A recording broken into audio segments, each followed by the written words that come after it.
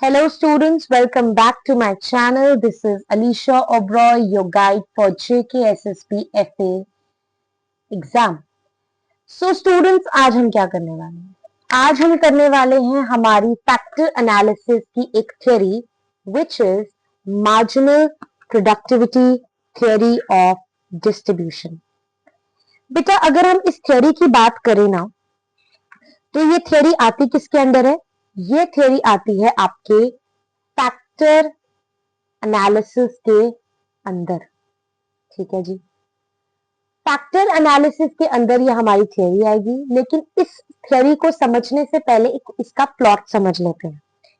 हमें सबसे पहले ये पता होना चाहिए कि फैक्टर प्राइसिंग क्या होता है, फैक्टर प्राइसिंग होता क्या है। पहले हमें इस बारे में पता होना चाहिए, फिर उसके बाद हम एनालिसिस करके इन थ्योरीज के बारे में समझेंगे। देखो बेटा, हमारे पास ना बेसिकली मेनली 4 फैक्टर्स होते हैं। वो 4 फैक्टर्स कौन से हैं? लैंड, लेबर, कैपिटल और एक लास्ट है हमारे पास एंटरप्रेन्योरशिप। ठीक है जी, अब हमारे पास ये होते हैं 4 फैक्टर्स। अब फैक्टर्स आप पूछेंगे, कई बच्चे पूछेंगे मैम फैक्टर्स क्या होते हैं? बेटा फैक्टर्स वो इनपुट्स हैं जिनकी हेल्प से हम गुड्स बनाते हैं या हम आउटपुट बनाते हैं। मतलब लैंड, लेबर, कैपिटल, एंटरप्रेन्योरशिप को यूज करके हम क्या बनाते हैं? हम गुड्स बनाते हैं, हम आउटपुट जनरेट करते हैं। अब फैक्टर प्राइसेस का मतलब होता है, फैक्टर प्राइसिंग हो गया ये फैक्टर्स के प्राइसेस को सेट करना। The name itself suggest, factor pricing हो गया कि किस तरीके से हम इन फैक्टर्स के प्राइस को सेट कर रहे हैं, इनका किस तरीके से हम प्राइसेस को तय करेंगे, कैसे सेट करेंगे, उसको बोलते हैं हम फैक्टर प्राइसिंग। और हम ये जो फैक्टर प्राइसिंग करते हैं ये किसकी हेल्प से करते हैं? वो हम किसकी हेल्प लेते हैं? Marginal productivity theory of distribution की हेल्प लेते हैं। ठीक है, now with the help of this marginal productivity theory of distribution आप फैक्टर फैक्टर की प्राइसिंग करते हैं। मतलब ये जो मेरे फैक्टर्स हैं, लैंड की प्राइसिंग, लेबर की प्राइसिंग, एंटरप्रेन्योरशिप की प्राइसिंग, कैपिटल की प्राइसिंग, आप किस थ्योरी की हेल्प से करते हो? Marginal productivity theory of distribution की हेल्प से करते हो। अब बच्चे ये marginal productivity analysis theory of distribution है क्या? सबसे पहले आप जान लीजिए इसके अलग अलग नाम है। जैसे है marginal productivity theory of distribution, दूसरा इसका नाम है थ्योरी ऑफ डिस्ट्रीब्यूशन, इसका ये भी नाम है। ठीक है, आप इसको marginal productivity theory of distribution कर बोलो या आप इसको थ्योरी ऑफ डिस्ट्रीब्यूशन बोलो, दोनों ही इसके नाम है। अब आप बोलोगे मैम इसका distribution, what do you mean by distribution?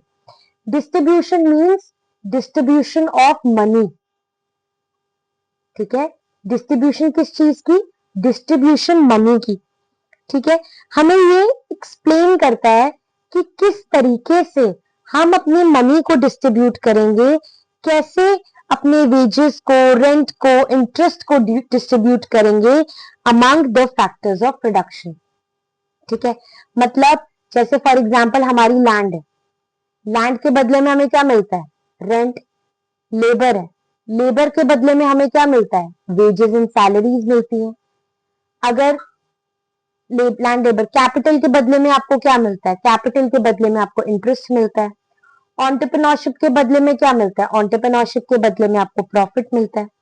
So theory of distribution हमें ये समझाता है कि किस तरीके से हम अपने अलग अलग फैक्टर्स ऑफ प्रोडक्शन में कितना कितना मनी डिस्ट्रीब्यूट करेंगे, इसीलिए इसको थ्योरी ऑफ डिस्ट्रीब्यूशन भी हम कहते हैं।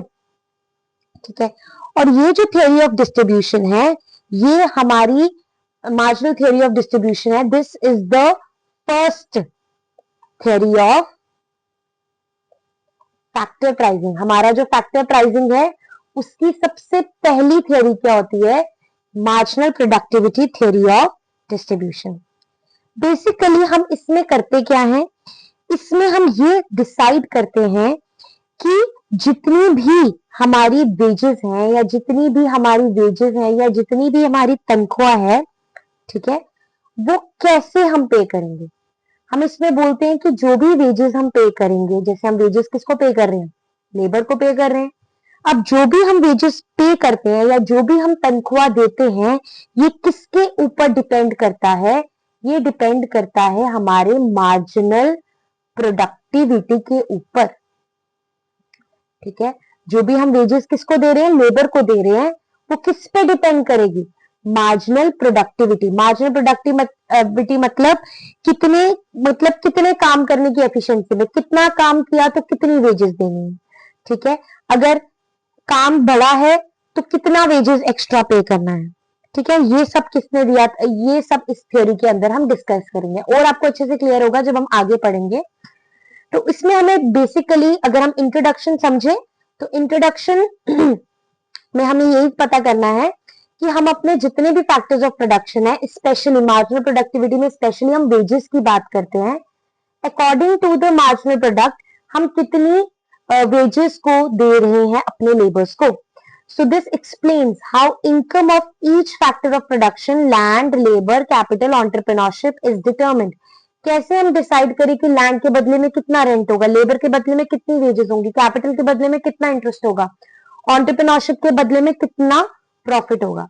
तो हर एक जो आपका फैक्टर की पेमेंट होती है in income, it is according to your marginal productivity, ठीक है।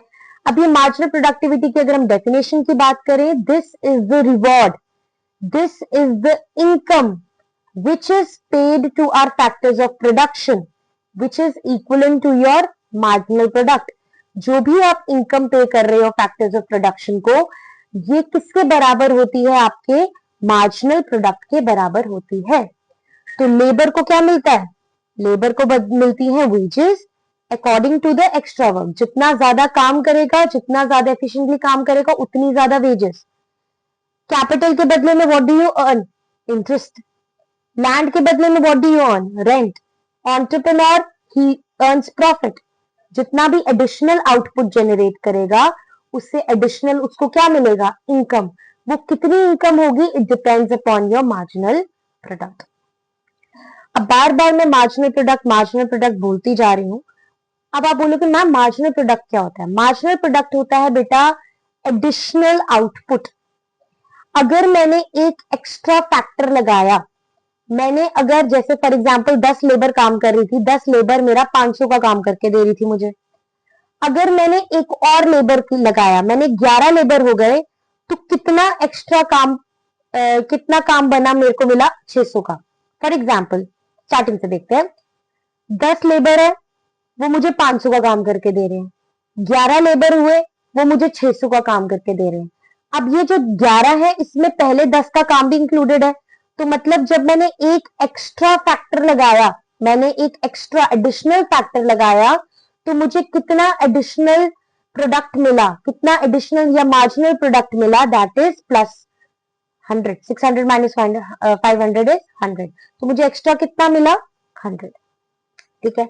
तो एमपी का फॉर्मूला होता है आपका change in total product upon change in labour, या एमपी का एक और फॉर्मूला होता है टीपीएन माइनस टीपीएन माइनस 1। ये भी इसका फॉर्मूला होता है। मतलब पर यूनिट लेबर लगाकर मुझे कितना आउटपुट में चेंज मिल रहा है। चेंज मतलब पर यूनिट लेबर लगा के जब मेरा लेबर में चेंज आया, तो मेरे प्रोडक्ट में कितना चेंज आया? That is your marginal product, ठीक है जी। आगे चलते हैं। अब जैसे फॉर एग्जांपल वर्कर्स दिए हैं 1 2 3 4 5, टोटल आउटपुट दिया है, या हम टोटल प्रोडक्ट भी बोलते हैं इसको।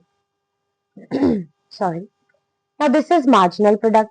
उसने कहा जैसे ही वर्कर्स आपके बढ़ते गए, वर्कर्स मतलब लेबर बढ़ता गया, वैसे ही आपका टोटल प्रोडक्ट भी बढ़ता गया। अब पहले तो टोटल प्रोडक्ट मार्जिनल प्रोडक्ट 10 था।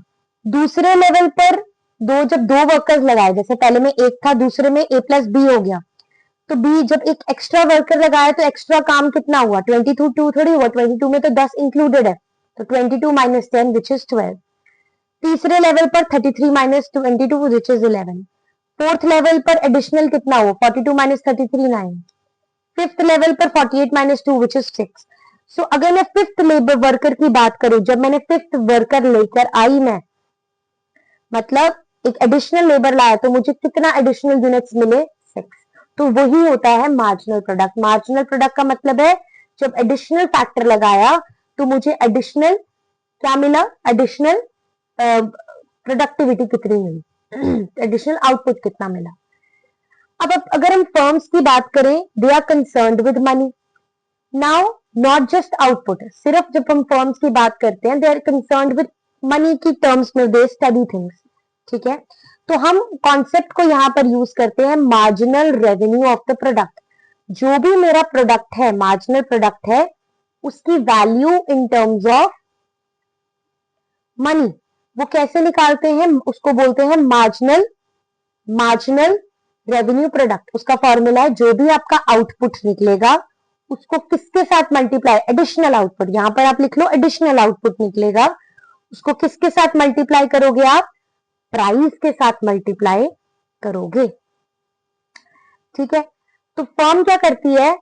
जब भी अपना इक्विलिब्रियम लगाती है, अब उसको डिसाइड करना है कि मुझे कितनी वेजेस देनी है एज पर द कितनी मुझे वेजेस देनी है एज पर योर एमआरपी। ठीक है, कोर प्रिंसिपल इज कि firm will continue employing additional units of factor until MRP is equal to wages. अब बच्चे यहां पर एक क्वेश्चन आता है आपके पास, मतलब जैसे फॉर एग्जाम्पल यहां पर आपका क्वेश्चन आता है कि कब तक, till when your firm will employ और दे विल हायर लेबर। कब तक एक फर्म लेबर को हायर करती रहेगी?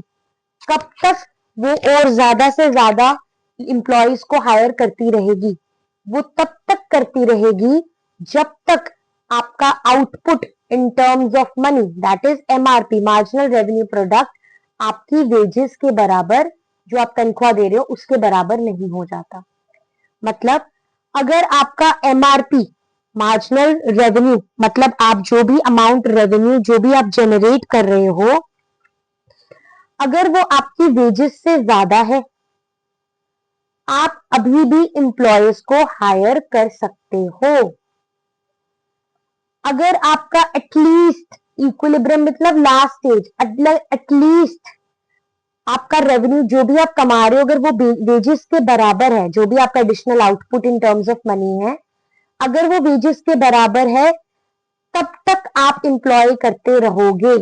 लेकिन जब आपका marginal revenue product in terms of money is less than wage, मतलब इतना आप कमा नहीं रहे जितना आप खर्च रहे हो, तो आप क्या करोगे? You will reduce your labour. ठीक है, जब तक आप कमा रहे थे तब तक आप एम्प्लॉयज को हायर करते रहोगे, लेकिन जिस पॉइंट पर आपका रेवेन्यू अर्निंग जो है वो कम हो जाएगी, आप अपने लेबर को कम करोगे। लास्ट पॉइंट जब तक आप अपने और ज्यादा एम्प्लॉयज को या और ज्यादा फैक्टर्स को कब तक एम्प्लॉय करते रहोगे? यहां पर वेज लिखो या कोई और फैक्टर लिखो, वो कहता है फैक्टर एनालिसिस में कहता है कि तब तक आप हायर करते रहोगे जब तक आपका मार्जिनल रेवेन्यू प्रोडक्ट किसके बराबर नहीं हो सकता? वेज के। वेज लिखो या यहां पर लिखो मार्जिनल फैक्टर कॉस्ट, जो आप खर्च रहे हो। ठीक है, देखो बेटा, अगर रेवेन्यू खर्चे के बराबर हो ना, तब तक आप वो काम करोगे। अगर रेवेन्यू ज्यादा है तो ऑब्वियसली आप करोगे, अगर रेवेन्यू कम हो जाए ना, कॉस्ट ज्यादा हो जाए, आप अगर वो काम करोगे तो आपको लॉस हो जाएगा। ठीक है, तो इक्विलिब्रियम सिचुएशन क्या है कि रेवेन्यू एटलीस्ट आपकी फैक्टर कॉस्ट के बराबर हो, एटलीस्ट आपकी वेजेस के बराबर होनी चाहिए। ठीक है, ये भी हो गया। अब इसकी हम ना कुछ एजम्पशंस करेंगे कि अगर जब हम ये लॉ पढ़ रहे हैं ना, तो कुछ चीजें हम मान के चलेंगे। पहली एजम्पशन, दिस इज, आप लिख लेना, this is a criticism also, कि ये इमेजिनरी सिचुएशन है।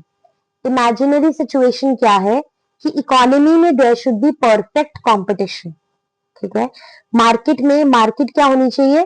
परफेक्ट कंपटीशन मार्केट होनी चाहिए, जहां पर फर्म्स क्या है? They are the price takers, और जो भी वेजेस सेट हो रही हैं वो किसके अकॉर्डिंग है, मार्केट फोर्सेस के अकॉर्डिंग। मार्केट फोर्सेस मतलब डिमांड एंड सप्लाई से। This is not practical always, ठीक है। लेकिन हम एज्यूम करके चल रहे हैं कि फर्म्स प्राइस टेक कर रही हैं, they are taking the prices and wages are set by the market forces. दूसरी एजम्पशन है कि जितने भी रिसोर्सेज हैं, resources in the form of labour, resources in the form of all other resources, ठीक है, वो सब हमने पूरी तरीके से इंप्लॉय कर दिया, कोई भी वेस्टेज नहीं है, ठीक है। तीसरी चीज ये है कि जो भी फैक्टर्स हम कंसिडर कर रहे हैं दे शुड बी होमोजीनियस। मतलब अगर मैं लेबर कंसिडर कर रही हूँ ना, मैंने पहला लेबर लगाया, दूसरा लगाया, तीसरा लगाया, फोर्थ लगाया, फिफ्थ लगाया, all these labour have equal level of efficiency. मतलब एक जैसा काम करते हैं, एक जैसी एफिशिएंसी है, ठीक है। Next, perfect mobility of the factors. Mobility मतलब आप जो भी लेबर है, या जैसे लेबर है, आप उसको कहीं भी लगाओ, किसी भी ऑक्यूपेशन में लगाओ या किसी भी प्लेस में लगाओ, वो आपको एक जैसे ही रिवॉर्ड्स देने वाले हैं। ऐसा नहीं है कि एक डिपार्टमेंट में लगा रहे हो, दूसरे डिपार्टमेंट में लगा रहे हो, आप फैक्टर्स को मूव नहीं कर सकते, ऐसा नहीं है। उसने कहा कि अगर आप उसे किसी भी ऑक्यूपेशन में लगाओगे या किसी भी जगह लगाओगे, आपके जो रिवॉर्ड्स हैं वो सही आएंगे, सेम आएंगे, ठीक है। Next is perfect knowledge among buyers and sellers. Obviously perfect competition है, तो हम ये मान के चलते हैं कि बायर को भी और सेलर को भी हर चीज की पूरी तरीके से अच्छे से नॉलेज है, ठीक है। Next is very important point, there should be diminishing marginal returns operate. अब देखो बेटा, डिमिनिशिंग मार्जिनल रिटर्न्स का मतलब होता है कि जैसे जैसे आप फैक्टर्स को बढ़ाते जाओगे तो प्रोडक्टिविटी गिरती जाएगी। ये मतलब है डिमिनिशिंग मार्जिनल रिटर्न्स का, कि जैसे जैसे फैक्टर्स को बढ़ाते जाओगे marginal product in terms will go on reducing. देखो बेटा, एक पीस ऑफ लैंड है, इसमें जरूरत 10 लोगों की है, आप 20 लगा दोगे तो प्रोडक्टिविटी तो गिरेगी। जितने ज्यादा फैक्टर्स लगाते जाओगे productivity will go on declining. Firms are working at for profit maximization. Government की कोई इंटरवेंशन है नहीं, और टेक्नोलॉजी क्या रहेगी, हर लॉ के हिसाब से अज्यूम कर लेते हैं कि वो कांस्टेंट रहेगी, ठीक है। आगे चलते हैं, एक्सप्लेनेशन। देखो कहता है कि इसकी एक्सप्लेनेशन यही है कि जब तक additional workers produce high output, कि जैसे जैसे अगर आपका एमआरपी आपकी फैक्टर से या आपकी वेजेस से ज्यादा है ना, तो आप और ज्यादा अगर फैक्टर्स लगाते जाओगे तो उस केस में इट विल वर्क, ठीक है। अगर आपके marginal product is greater, revenue generation is more than the factor cost, अगर आप और ज्यादा फैक्टर्स लगाओगे आप और ज्यादा आउटपुट जनरेट कर सकते हो। लेकिन अगर आपका एमआरपी वेजेस या कॉस्ट फैक्टर कॉस्ट के बराबर आ गया, जो भी आप कॉस्ट, फैक्टर कॉस्ट मतलब जो आप फैक्टर्स के ऊपर खर्चा कर रहे हो, उसके बाद अगर आपने लगाया तो आपकी जो आउटपुट है वो गिरना शुरू हो जाएगा या प्रोडक्टिविटी विल फॉल, तो एमआरपी विल फॉल। तो जब आपके MRP revenue is more than the wages, तो अगर आप और ज्यादा लेबर लगाते हो ना, आप और ज्यादा आउटपुट जनरेट कर सकते हो। लेकिन अगर वो बराबर आ गया, इक्विलिब्रियम पे आ गया, उसके बाद किया, hiring more workers will cause losses to you, ठीक है बच्चे। One thing I want to tell you, यहाँ पर I'll stop the video for 2 minutes. I just want to tell you some students were asking ma'am PDF दे दो, ठीक है। अगर आपको पीडीएफ चाहिए so those PDFs will be chargeable, okay, because as I told you that I am taking up class 11th and 12th students and उनको ये material जो भी मिलता है वो चार्ज है। If I am giving you these material for free, so आगे मैं आपको जो लेक्चर्स प्रोवाइड कर रही हूँ वो फ्री प्रोवाइड कर रही हूँ, है ना, तो उसके लिए I am not charging you anything. अब जो पीडीएफ अगर आप मांगते हैं तो उसके लिए this will be you know it will not be fair with the students who are paying for this, ठीक है। So I would rather suggest you कि आप यहाँ से पीडीएफ लें, फिर पीडीएफ से पढ़ें। आप वीडियोस को साथ साथ में रोकते जाइए, अपने लिए शॉर्ट नोट्स बनाते जाइए, चीजों को समझ के करेंगे, खुद नोट्स बनाएंगे ना बेटा, that will give you more efficiency in comparison to if you download this PDF, printouts निकालो, उससे पढ़ो, वो इतनी एफिशिएंसी नहीं देगा। This is my experience. अगर आपको चाहिए पीडीएफ, आपको मटेरियल सारा चाहिए, that is okay for me. मेरे लिए तो कुछ नहीं है। I will obviously charge something from you because I'm already charging some 11, 12 students. I'm teaching them economics. So उनके लिए अनफेयर ना हो, इसीलिए थिंग्स आर लाइक दिस। मगर आई वुड सजेस्ट, आपको लेक्चर्स तो सारे फ्री मिल रहे हैं, आप यहाँ से प्रैक्टिस कीजिए, अपने लिए शॉर्ट नोट्स बनाइए और थिंग्स विल बी बेटर। आप और अच्छा सीखेंगे। ठीक है, ओके, चलो आगे चलते हैं। एंड अभी तक जिन्होंने चैनल या सेशन को लाइक नहीं किया, चैनल को सब्सक्राइब नहीं किया, please students, you have to do, if I'm doing so much for you, so you have to do something for me, so consider it to be your guru dakshina, huh? Okay, so what are the rewards for the different factors? For land you are paid rent, for labor you are paid wages, for capital you are paid interest, and for entrepreneur profit. So according to this theory, each reward equals to your marginal productivity. हर एक जो आपका profit है या reward, वो किसके बराबर होना चाहिए? आपकी मार्जिनल प्रोडक्टिविटी के लिए बराबर होना चाहिए। उसके बाद what are the advantages, what are the merits, कि आपको हेल्प करता है कि you determine your factor prices, कि आपके हर एक फैक्टर की कॉस्ट क्या होगी, हर एक फैक्टर का प्राइस क्या होगा। लैंड के बदले में कितना रेंट होगा, वेजेस कितने, लेबर के बदले में कितनी वेजेस होंगी, ठीक है, एंटरप्रेन्योर के बदले में कितना प्रॉफिट होगा। So this will help you determine all of that. ठीक है, so this is based upon the demand and the productivity of your factors. It is very important in knowing the wages for your laborers. It helps in determining your employment level. Firms determine their employment, मतलब हर एक level पे hierarchy के कितना wages देना है, and it is a part of modern economics and it is applicable only and only under perfect competition. And what are the criticism? उसके उल्टा perfect competition ही होता है, और perfect competition is an imaginary situation which rarely exists. Full employment is unrealistic because some sort of wastage is always there. आपका marginal productivity हर एक factor की major करना separately, it is very difficult. Labour unions की bargaining, मतलब negotiate करते हैं ना कि हम ज्यादा लेंगे कम लेंगे, उनकी बार्गेनिंग पावर को इग्नोर करता है। It overlooks institutional and legal factors, मतलब गवर्नमेंट इंटरफेरेंस मैंने आपको पहले ही बताया इसमें है नहीं। टेक्नोलॉजी ये कॉन्स्टेंट एज्यूम करता है, which is also in criticism. ठीक है, now if you talk about factors, ये मान के चलता है कि हर एक फैक्टर इंडिविजुअली काम करता है, बट ऐसा पॉसिबल नहीं है, सारे इकट्ठे काम होकर आउटपुट बनाते हैं। And it is not suitable for your monopoly and imperfect competition. ठीक है, अच्छा यहां पर एक इंपॉर्टेंट आपको मैं पॉइंट बता दूं which you must know.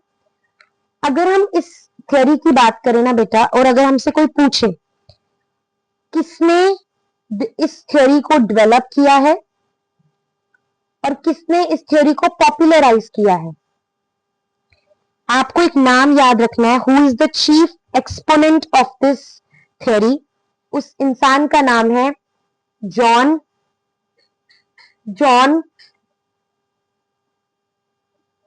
Bets Clark. John BATES, Bates Clark, CLARK। ठीक है, so this theory was popularized and developed by this man John Bates Clark. So quick revision करें अगर हम, theory means factors are paid according to your marginal product, जो theory कहती है। founder या main proponent is John Bates Clark. marginal product का मतलब एक extra product when your additional factor is invested or put into. MRP means marginal revenue product, इसका formula होता है marginal product into price, output into price equilibrium कब होगा? जब revenue product किसके बराबर होगा? फैक्टर कॉस्ट या वेजेस के। लेबर रिवॉर्ड क्या होगा? लेबर रिवॉर्ड, लेबर के बदले में वेजेस मिलती है, लैंड के बदले में रेंट मिलता है, कैपिटल के बदले में इंटरेस्ट मिलता है, एंटरप्रेन्योर के बदले में प्रॉफिट मिलता है। और इसकी मेन अजम्पशन यही है कि the perfect competition must exist, and इसकी मेन लिमिटेशन ये है कि इसकी जो अजम्पशन है वो ही अनरियलिस्टिक है। ठीक है जी, आगे चलते हैं। Now let us come up with let us understand our MCQs. जल्दी जल्दी करते हैं ताकि चीजें जल्दी से हमारी कवर हो जाएं। और आई यहाँ पर तो 20 लिखा है, आगे assertion reasonings भी होंगे। Approximately you will be getting 50 plus MCQs today. हम assertion reasoning factors सब कुछ करने वाले हैं, तो आपने ध्यान रखना है, ठीक है? Okay. Now let us talk about marginal product theory. What does it states? It states that, just a minute बच्चों, just a minute.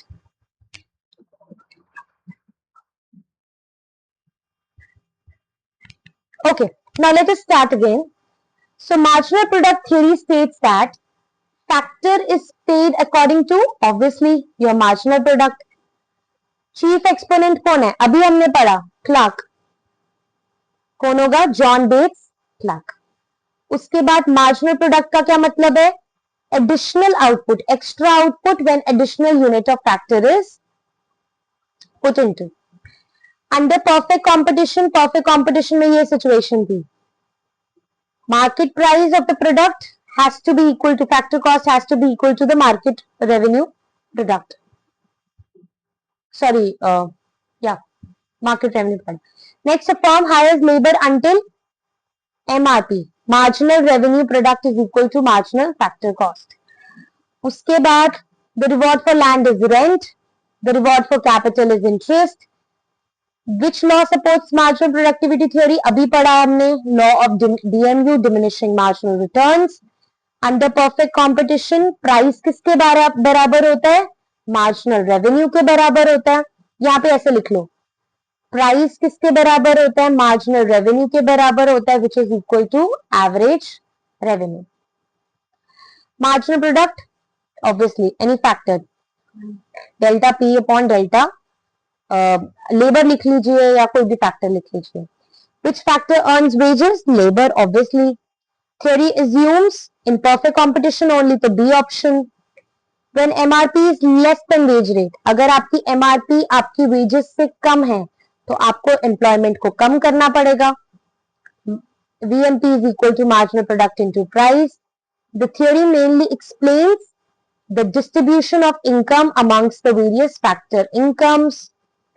Which of the following is not a factor of production? Land, labor, capital, entrepreneurship होता है तो money तो बिल्कुल भी नहीं है। Unrealistic कौन सी है? अनरियलिस्टिक है ये perfect competition. Under imperfect competition आपका जो रेवेन्यू है वो प्राइस से कम होगा, और परफेक्ट कंपटीशन में रेवेन्यू आपके प्राइस के बराबर होगा। Marginal revenue product is your when MP is into marginal revenue is MRP is equal to your, हाँ क्योंकि इसने ये इसलिए बोला क्योंकि परफेक्ट कंपटीशन में एमआर इक्वल्स टू प्राइस, इसीलिए इन्होंने ये बोला। So,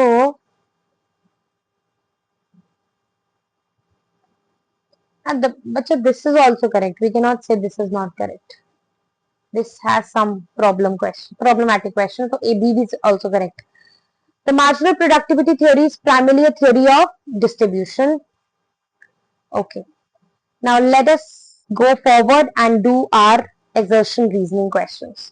क्योंकि मुझे किसी ने comment section पे लिखा था कि ma'am come up with assertion reasoning questions. So here are your assertion reasoning questions.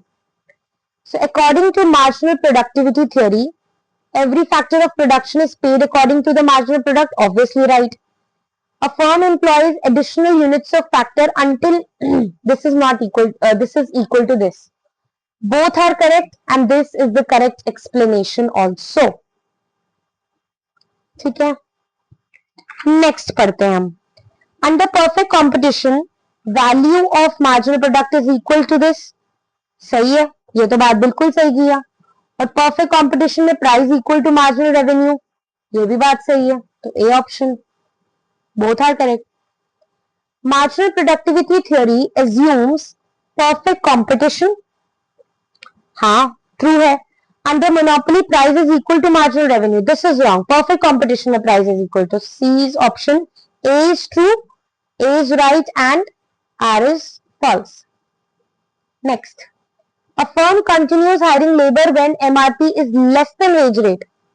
नहीं, MRP is more than wage rate. Profit maximizing firms stop employing labor when MRP is, हाँ उसके बाद it will stop जब MRP wage rate के बराबर हो जाए, true. उसके बाद the theory explains the distribution of national income among factors, ये हमने पहले चीज ही पढ़ ली। Each factor receives a reward according to the production, correct. Explanation, correct. The reward for labor is wages and the labor contributes to the production through physical and mental work. Obviously, labor हमारे जो होते हैं वो physical and mental effort से ही काम करते हैं, तो उसके बदले में उनको क्या मिलती है, wages ही मिलती हैं। The reward for capital is interest. Capital increases productive capacity. Obviously, productive capacity कैसे बढ़ेगी? अगर आप जितना पैसा लगाओगे और ज्यादा पैसा कमाओगे, तो वेल्थ लगाओगे और ज्यादा वेल्थ कमाओगे, सो प्रोडक्टिव कैपेसिटी बढ़ती है। Marginal productivity theory is applicable under perfect competition, very right. The equality of MRP and VMP holds only under perfect competition. दोनों ही स्टेटमेंट्स ठीक है, but the theory reliance on perfect competition involve around the assumptions, not just this. उसने कहा कि अगर जो पहली वाली है वो assumption के ऊपर बेस्ड है, लेकिन अगर हम दूसरी वाली की बात करें तो both the statements are true, लेकिन जो पहली वाली है वो assumption के बारे में बात कर रही है, लेकिन दूसरी वाली एक्सप्लेनेशन दे रही है, तो both are true but not the correct explanation. Marginal product, बच्चा अब आपको एक हिंट देती हूँ, जब आपको assertion रीजन पता ना होना कि ये करेक्ट एक्सप्लेनेशन है या नहीं है, तो रीजन के आगे बिकॉज लगाकर देख लेना, पता चल जाएगा। मार्जिनल प्रोडक्ट मेजर्स एडिशनल, ये तो सही है। MP always increases, always increases no, क्योंकि डी एमआर है तो ऐसा तो नहीं है। Diminishing marginal returns to returns है, ऐसा नहीं है, क्योंकि रिटर्न्स प्रोडक्टिविटी तो गिर रही है, उसने कहा एमपी इंक्रीज कर रहा है, ऐसा तो नहीं है। डीएम, हाँ डिमिनिशिंग मार्जिनल रिटर्न्स एप्लीकेबल है। As more and more units are employed productivity declines, yes and it is the, क्योंकि प्रोडक्टिविटी जैसे जैसे आप फैक्टर लगाते जाओगे प्रोडक्टिविटी आपकी गिरती जाएगी। उसके बाद next question, so under perfect competition firms have price taker, true. Individual firms can not influence the price, they are the price takers, correct explanation. Marginal productivity theory ignores, yeah, this is one of the criticism that we have studied right above. So wages and sometimes influenced by collective bargaining, हाँ क्योंकि trade unions bargain करती हैं, collective bargaining करती हैं कि भाई हमारे wages बढ़ाओ या कम कराओ, लेकिन जो मार्जिनल प्रोडक्टिविटी थ्योरी है उसको इग्नोर करती है। ये फॉर्मूला मैंने आपको पढ़ाया, right. It measures the change, obviously change in output due to change in factor. Perfect competition में इट इज लेस, यस, हाँ it is the correct. Marginal revenue is less than price under perfect competition and in perfect competition it is less. Now next is full employment is one of the assumptions of, हमने यही पढ़ा था कि पूरे resources efficiently, मैंने यही explain किया था ना, रिसोर्सेज एफिशिएंटली यूटिलाइज है, तो correct explanation. According to the theory and entrepreneurs receive wages, the entrepreneurs are rewarded profit, entrepreneur को प्रॉफिट मिलता है, ये तो ट्रू है, लेकिन according to the theory entrepreneur receives wages, नहीं भाई वेजेस तो लेबर लेता है, एंटरप्रेन्योर थोड़ी लेगा। उसके बाद द थ्योरी अज्यूम्स होमोजेनियस, मैंने कहा था ऑफ एफिशिएंसी सेम होनी चाहिए, they should be identical in productivity and quality, right. One criticism of marginal product theory is that marginal productivity can be difficult to measure. Yes, because because factors, उसने ये assume किया था कि factors को हमें individually study करना है, लेकिन उसमें factors को jointly ही हम स्टडी कर सकते हैं. Individual study could be difficult. उसके बाद परफेक्ट कंपटीशन में wage rate is equal to, very right. Firms can hire any number of workers at the prevailing wage rate. हाँ, जो भी वेज रेट है उसके अकॉर्डिंग में वो कितने भी वेज वर्कर्स चाहे वो एम्प्लॉय कर सकते हैं और परफेक्ट कंपटीशन में वो बराबर होता है. Marginal productivity theory is also known as theory of factor pricing, theory of distribution, ये सब इसके नाम है. इट एक्सप्लेन कि कैसे लैंड, लेबर, कैपिटल, एंटरप्रेन्योरशिप को हम डिटरमाइन करते हैं with the help of marginal product. Okay, now we will be doing some high level JKSSP FA questions. अगर MRP, marginal revenue product, is more than your wage, you will employ more workers. ये तो सही बात है. जितना ज्यादा revenue generate होगा उतना additional workers, right? Under perfect competition, a firm's demand labor is its MRP curve. Firms hire labor until MRP is equal to. ये दोनों ही स्टेटमेंट सही है, लेकिन ये एक दूसरे की करेक्ट एक्सप्लेनेशन नहीं है. दोनों स्टेटमेंट इंडिविजुअली सही है. उसके बाद marginal productivity theory completely explains wage determination in the real world. Real world में तो नहीं है. It is perfect competition imaginary, ऐसा तो नहीं है. Government policies, labour unions and minimum wage laws can influence wages. Yes, they can influence wages. Very right. Okay. 24th. पहले भी हमने 20 किया ना. Okay. So marginal productivity theory is based on the demand sides of, very right. The demand of a factor depends upon its productivity. सही है. जितना ज्यादा output उतनी ज्यादा प्रोडक्टिविटी, उतना ही आपका उतनी ज्यादा आपकी फैक्टर प्राइसिंग होगी, क्योंकि उसी हिसाब से इंस्टॉल करेंगे. If the marginal product of labor becomes zero, MP zero हो जाए तो total product reaches its maximum. हाँ, अगर हम कर्व देखें तो इस तरीके का बनता है बेटा. यहाँ पे यूनिट्स आ जाते हैं, यहाँ पे टीपी और एमपी कर्व हो जाता है. ये होता है कर्व. ये टीपी कर्व है और ये एमपी कर्व है. जब टीपी मैक्सिमम पे होता है तो एमपी कहाँ पे होगा? ये आ गया एमपी जीरो पे, ये आ गया आपका टीपी मैक्सिमम पे. ये होता है इनका relationship. Zero marginal product needs additional labor no longer to increase TP. आपको और ज्यादा लेबर नहीं चाहिए अपने प्रोडक्ट को बढ़ाने के लिए. So these are your approximately 50 questions, not 50 plus 50 questions. So if you like the video, please hit the like button, subscribe my channel, because I will not do everything. You have to help me to grow my channel to reach more students. And please write in the comment section आपको और किस तरीके type के questions चाहिए. आपके suggestions are always welcomed. ठीक है जी. Thank you so much class. Thank you.